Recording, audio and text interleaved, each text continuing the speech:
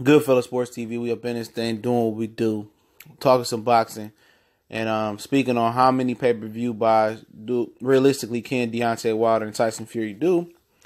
Shout out to everybody holding us down. We back on Twitter, so check us out, man. All the videos be retweeted back on Twitter. For now, all right. So you can tweet them out, retweet them out, comment, reach out to me on Twitter. At me. Video requests, whatever you want to do. And also we'll be going live in a minute. So yeah, I want to get a video in, but yeah, man, very interesting topic here. We kind of touched on the live stream yesterday. We was talking about bio stream for the three potential pay-per-view cards on Showtime: Deontay Wilder, Tyson Fury, Adrian Broner versus Manny Pacquiao. Okay. Or Mikey Garcia versus Errol Spence. I did two buys. I'm buying Wilder and Fury if I don't go out there, and Errol Spence and Mikey Garcia for whatever reasons I'm buying. You can go back and watch the stream. For some reason, it just got done processing from yesterday, so that stream is up and available for you to watch. But yeah, man. My problem with this pay-per-view right now is it's a dead period. Okay, All Access hasn't came on yet. All Access needs to be on. There need to be a clean version that's been streamed on CBS, and a dirty version can be streamed on Showtime. But after the press conference, was about the first week of October, there's been no promotion for this fight. You know what I'm saying? It's been nothing other than Tyson Fury media workout the other week. It's been no promotion. It's been a dead man's period. They need something that get the juices flowing, and obviously they had took the momentum of fight week for Khabib and Conor McGregor in the zone first show in the United States. They took that momentum away for that fight week. Obviously, McGregor Khabib, the aftermath, the actual fight, took the combat sports world by storm and kind of snatched that immediately away.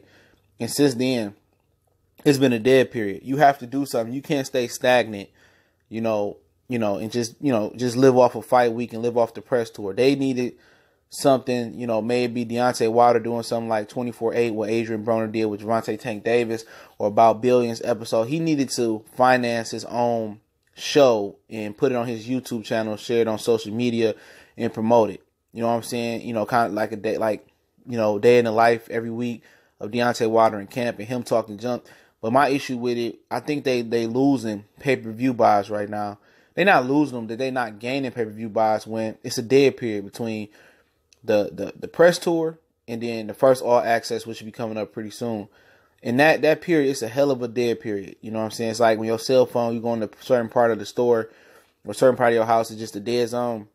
And Showtime need to be out here promoting that fight a lot better. And that's my problem. If you want to bring pay-per-view back, you had to be, they need to be doing something in that period, man. They needed to entice and convince Tyson Fury, Deontay Wilder. They need to start their own reality show, and that's why Adrian Broner continues to be so popular. Adrian Broner is so popular because he knows how to advertise and market. And, in the future, Adrian Broner probably can be a good advertising marketer or a good manager. A lot of people say he's ignorant, and some of the things he does ignorant, he can do it in a more tasteful way to stay relevant, but he's relevant. He's relevant when he's fighting, when he's not fighting. Good, bad, or ugly, he stays relevant. He stays popular. Doesn't matter. Deontay Wilder and Fury need this fight to stay relevant from October to whenever, the first All Access all the way till December 1st. So that's been my issue with it. I think they could have got the juices flowing, but they need to turn this shit up right now. We're a month out. They need to turn the juices up right now. Maybe fake beef, fake talk. Maybe, them, setting up some fake sparring, talking about how they knocked everybody out in sparring, or one of them got dropped in sparring, leak something out like that to get your juices flowing right now. Because right now, it ain't no boxing that nobody really care about as far as the casual fight fans. I think Josh Taylor, Ryan Martin, a good fight. Nobody really care about that in America. Usyk and Bellew, nobody care about that in America. Maurice Hooker versus Alex Cesados, nobody care about that in America. Drill Baby Miller, Clarissa Shields' little fight on the zone November 17th, the next day after Cesados and Hooker. Nobody care about that. So it's no real fights in November that should even, take the momentum away. Okay? There's no real fights that should rival Tyson Fury and Deontay Wilder. Now, before I get to my guesstimated pay-per-view expectation for this fight, which I did say it on the stream the other day, but I'm going to just make it official right here. I think, the undercard is terrible, okay?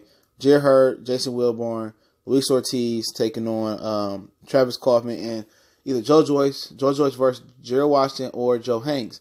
It's terrible. So the positive with this pay-per-view being terrible is one thing that Blue Blood Sports brought up at one point in time.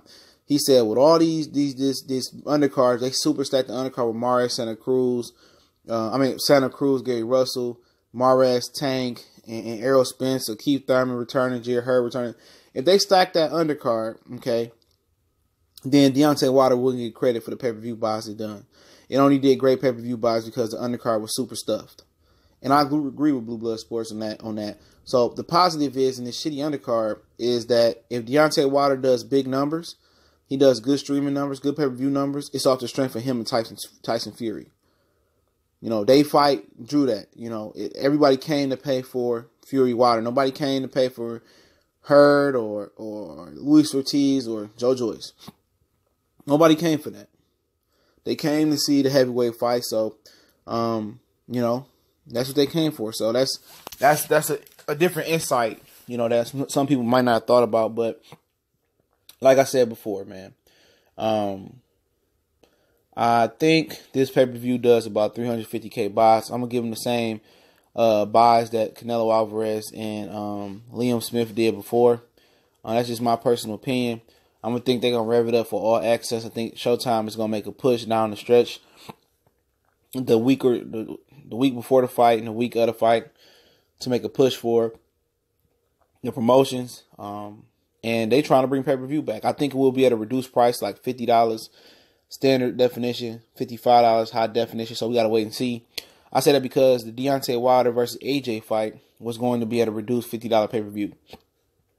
They wasn't going to do the $85 or the $70 pay-per-view, the $60 pay-per-view. And it's ludicrous the way these pay-per-views are going up. Now you had a $100 Conor McGregor Floyd pay-per-view. Now you had a Canelo Triple G $85 pay-per-view. Excuse me, I think that's just ludicrous, man. Especially in boxing, which you never know what you're going to get from a pay-per-view in boxing. You know what you're going to get in some other cases. But in boxing, you never know because a lot of these guys don't fight elite competition.